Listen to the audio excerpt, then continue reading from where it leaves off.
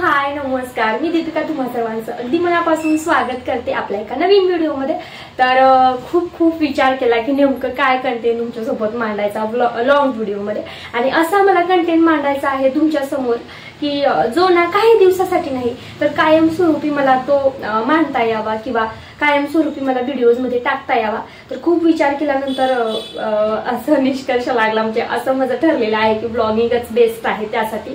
कारण की एक लेडीज जेव्हा घरात कसं कामं वगैरे असतात, मुलं वगैरे खेळतात किंवा असं भरपूर असं काही ना काही भेटत असतं शूटिंग करण्यासाठी, तर ते शूट करेन आणि त्यामागे व्हॉइस ओव्हर म्हणून आपण काही माहिती वगैरे सांगू शकतो। तर कॅमेऱ्यासमोर असं येऊन बोलायला नेहमीच जमत नाही, मुलं असतात घरी गोंधळ करत असतात।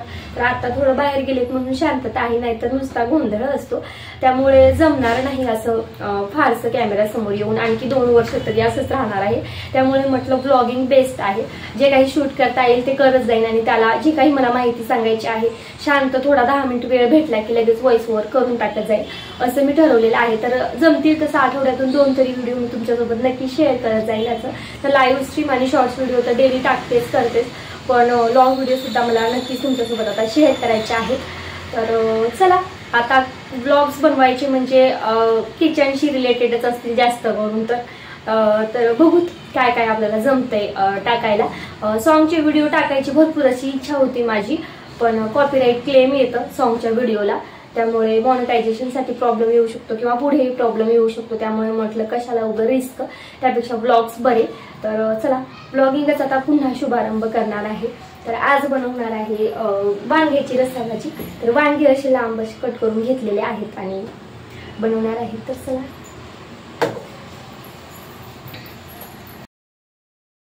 मी यूट्यूब क्षेत्र का निवडलं यामागचं कारण आज मी या व्हिडिओद्वारे तुम्हा सर्वांसोबत शेअर करणार आहे।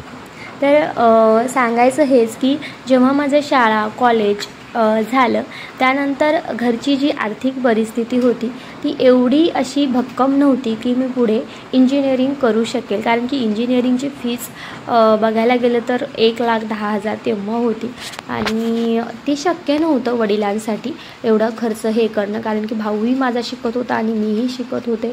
आणि त्याचप्रमाणे आमच्या घरी काही एवढी खूप सारी शेती नव्हती, फक्त 5 एकर शेती, आणि त्यामध्ये जाऊन सगळं काही ॲडजस्टमेंट करायचं आणि परत लग्नाला सुद्धा मुलीच्या आमच्या इकडे भरपूर असा खर्च लागतो। तर हे सगळे कारणं आहेत बघा, कारणं हे असतातच आणि कधीकधी आपली कारणं जी आहेत ती खरीच असतात असं आपण सांगायला काही त्यामध्ये कमीपणा वाटून घेतला नाही पाहिजे। जे आहेत ते आहेत कारणं, ते आपण सोडून चालणार नाहीत, ते आहेतच कारणं। तर त्यामुळे शिक्षण मग 12वी नंतर डिप्लोमा झाला, त्यानंतर शिक्षण माझं थांबलं आणि मग त्यानंतर लग्न झालं। लग्नानंतर मग आपलं विश्वच अगदी बदलतं, करिअरला आपण कमी महत्त्व देतो आणि अगदी आपण घरामध्ये गुंतून जातो। मुलं झाल्यानंतर कुठेतरी एक मनाला हुरहुर वाटायला लागली की आपण काहीच करत नाही, आपण काहीच करत नाही, आपलं काहीच करिअर नाही, ह्या प्रकारची हुरहुर माझ्या मनाला लागायला लागली। तसं लग्नानंतर मी टीचिंगचा 1 वर्ष जॉब केलेला आहे, ॲज अ टीचर म्हणून जॉब केला मी, प्रायव्हेट जॉब। तसं तर गव्हर्मेंट जॉबसाठी सुद्धा अभ्यास वगैरे ह्या गोष्टी करून बघितल्या, पण कसं असतं ना की एखाद्या क्षेत्रामध्ये जेव्हा आपण उतरतो तेव्हा त्यामध्ये पूर्णपणे आपल्याला लक्ष केंद्रित करावं लागतं। तर कुठेतरी जेव्हा मुलं वगैरे झाले त्यानंतर पूर्णपणे अभ्यासाला वेळसुद्धा मिळत नव्हता, घर मुलं आणि ह्या सगळ्यामध्ये जाऊन स्टडी ह्याकडे कुठेतरी दुर्लक्ष व्हायला लागलं आणि त्याही क्षेत्रात मला कुठेतरी यश मिळणं अशक्य वाटायला लागलं। मग म्हटलं नेमकं आपण करायचं तरी काय, नेमकं काय करायचं, विणकाम वगैरे ह्या सगळ्या गोष्टीही मध्ये मग शिकून घेतल्या, पण त्यातून असं नेमकं करिअर मला दिसायचं झालं। मग यूट्यूब हे क्षेत्र तर खूप आधीपासून आहे, हे प्लॅटफॉर्म आहेच।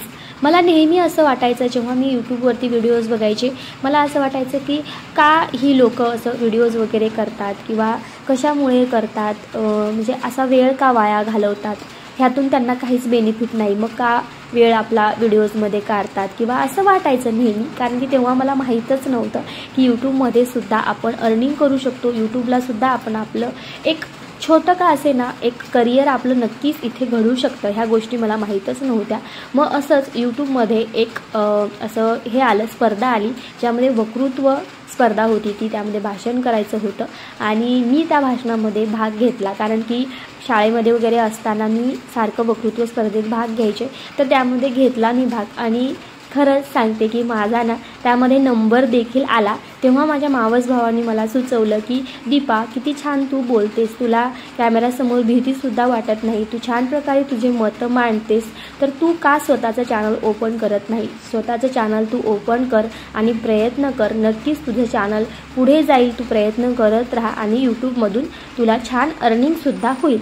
ही गोष्ट जेव्हा मला कळाली तेव्हा त्यानं भावानंच मला सगळी प्रोसेस सांगितली की कशाप्रकारे आपल्याला यूट्यूब चॅनल ओपन करायचं आहे, कशाप्रकारे आपल्याला तिथे काम करायचं आहे, ह्या सगळ्या गोष्टी माझ्या भावानंच सांगितलेल्या आहेत। तर माझं यूट्यूब चॅनल तर वक्तृत्व स्पर्धेमध्ये भाग घेतला, त्यामध्ये माझा नंबर येणं, माझ्या मावस भावाने मला ते सुचवणं, ह्या सगळ्या गोष्टींमधून माझं यूट्यूब चॅनल ओपन झालेलं आहे।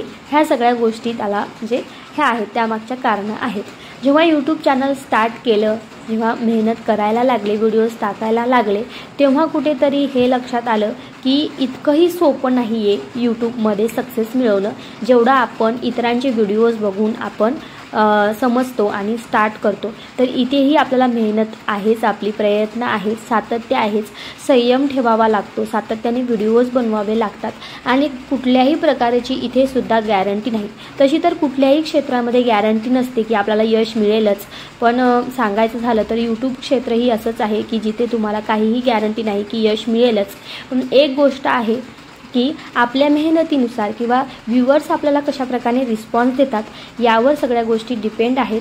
त्यामुळे आपल्या चॅनलवरती चांगले व्ह्यूज येत राहिले तर आणि तरच आपण चांगली अर्निंग करू शकतो। यामुळे तर कुठेतरी आपल्याला बेनिफिट मिळणार आहे, म्हणूनच आपण कुठलंही क्षेत्र निवडत असतो। असं नाही की आपण तिथं काहीच आपल्याला अर्निंग होणार नाही आणि उगाच आपण आपला टाईमपास म्हणून कुठेही आपण जॉईन होत नसतो। अगदी त्याच पद्धतीने मीही ठरवलेलं आहे की मी प्रयत्न करेन आणि माझ्या प्रयत्नातून नक्कीच तुमच्यापर्यंत जर माझे प्रयत्न पोहोचले तर नक्कीच आपल्या चॅनलवरती लॉंग व्हिडिओजला चांगले व्ह्यूज जर यायला लागले तर नक्कीच आपलं चॅनल मॉनिटाईज होईल, पुढे जाईल आणि त्यातून मी अर्निंग करू शकेल।